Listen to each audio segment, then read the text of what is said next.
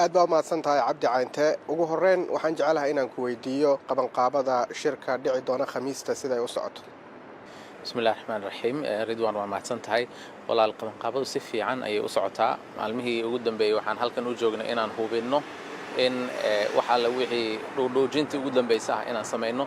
haddii alle idmana wafdiga qayb ka midana waa soo hormareen, qaybihii kalena maanta iyo oo talaadaha iyo maanta isniina iyo talaado ayay imaan doonaan. haddii alle idmo ayna soo wada gaari doonaan. waxaanan rumaysannahay in aan diyaargarowgii ugu dambeeyey aan samaynay insha allahu tacaala. waxyaabaha ugu waaweyn ee shirka looga hadlayo haddaan eegno maxaa ka mid ah ajandayaasha ayay kula tahay? shirweynaha London ee Soomaaliya 4 qodob ayaa ugu waaweyn.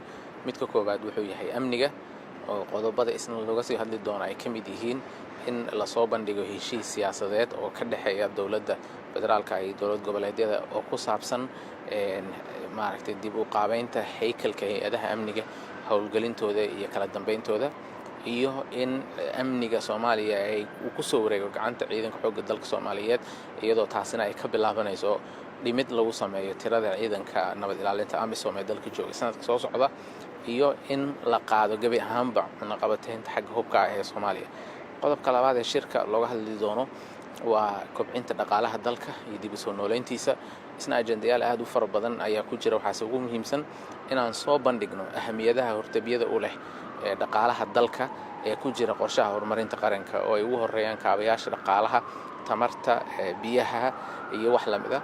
qodobka labaad ee dhaqaalaha noogu hoos jirana wuxuu yahay sidiina looga cafin lahaa deynta aadka u faraha badan ee Soomaaliya lagu leeyahay, si aan markaas u awoodno inaan deyn kala soo qaadan karno. qodobka saddexaad ee shirka looga hadlayo waa siyaasadda iyo dib u eegista dastuurka. waxaana ugu muhiimsan inaan helno dhabbihii aan ku gaari lahayn doorasho qof iyo cod ah ee sanadka 2001 dalka ka dhacda. kan ugu dambeeya ee shirka looga hadlayo wuxuu yahay inaan heshiis cad ka gaarno qaabkii aan annaga iyo beesha caalamka u wada shaqaysan lahayn 4 sano soo socota haddii Alle idmo. Soomaaliya shirar badan hore loogu qabtay. shirkan muxuu uga duwan yahay ayay kula tahay? natiijada ka soo bixi kartana maxay tahay? waxaa uga duwanaan doonaa in wax la taaban karo ay ka soo bixi doonaan, oo ay ka mid tahay kow in xagga amniga markii la yiraahdo ay nooc tahay sidii aan amnigeena gacanteena ugu soo wareegi lahaa. taasina ay ka bilaabanayso dhismaha ciidankeenna, dhimidda ciidanka nabad ilaalinta AMISOM, ka qaadista cunaqabateynta hubka dalka. mudday qaadan doontaa dabcan, wax sanad iyo 2 cunaqabateynta lagu qaadi doono maaha, laakiin ugu yaraan dhabbihii aan u mari lahayn inay nooc tahay. waxaa kaloo wax la taaban kara noqon doona in aan qaadan doono ama aan ku dhaqaaqi doono tallaabooyinkii loo baahnaa ee nalooga cafin lahaa deyntana lagu leeyahay. haddaanan taa helin ma awoodi doono inaan helno dhaqaale aan dalka dib ugu dhisno. waxay nooga xiran tahay deeqo dal laguma dhisi karo dad laga soo qaaday. waxaa lagu dhisi karaa awood aan u yeelano inaan lacag soo deynsan karno xoog leh oo balaayiin dollar ah. taasina waa tallaabo la taaban karo soo bixi doonta annaga iyo dadka deymaha nagu lehna aan ku heshiino qaabkii aan u mari lahayn.